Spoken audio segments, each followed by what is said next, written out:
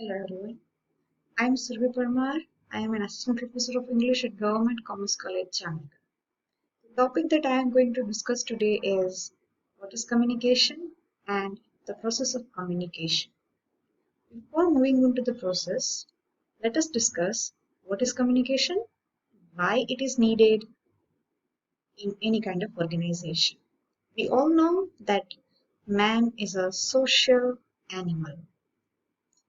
The major difference between an animal and a human is the ability to communicate through words, gestures, symbols, and feelings. The word communication is derived from the Latin word communicare, which means to share or to participate. In broader sense, communication is the imparting or exchanging of information by speaking, writing, or using some other medium. So, it is an essential and most important activity for any organization to be held together.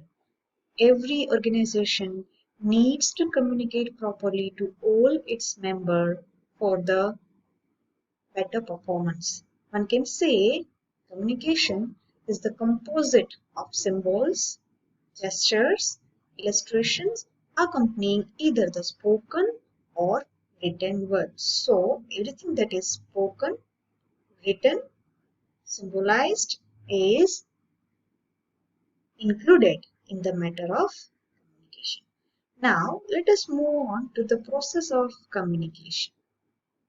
By looking at this chart, you'll be able to understand what constitutes or what elements are needed to form the chain of communication.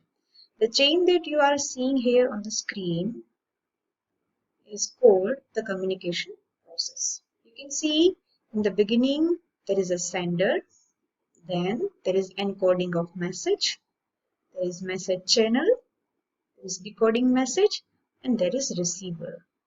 All the communication begins with an idea in the mind of a sender who has some purpose. Then this purpose or thought or idea is converted into symbols accompanying either written or spoken material.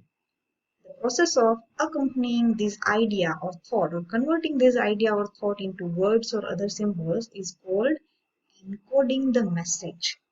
This message is passed through a channel. The channel can be anything that is oral, written, audio tape, telephone chat, letter, fax, email, brochure, catalog, anything that is used to send the message to the receiver. The task of receiver is to decode this message. Decoding means the receiver should understand or grab the exact idea that the sender intended to send. Now, there is one more thing is important, the types of messages.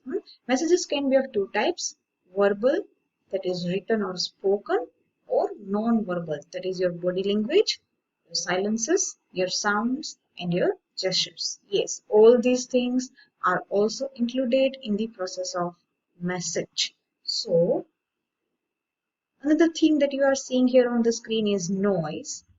Noise is a kind of barrier which disrupts the process of communication. So, for a successful communication, it is necessary to reduce the barriers between a sender and a receiver, and the process should flow properly from sender to the receiver via a proper message channel that is available to both the sender and the receiver. And also, it is important to keep in mind that the message should be encoded in a manner which is possible for the receiver to understand.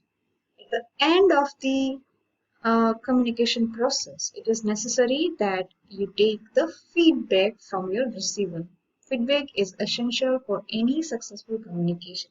Feedback means the receiver has understood the idea that the sender wanted to convey. So, in this session, we understood the definition of communication and the steps included in the process of communication.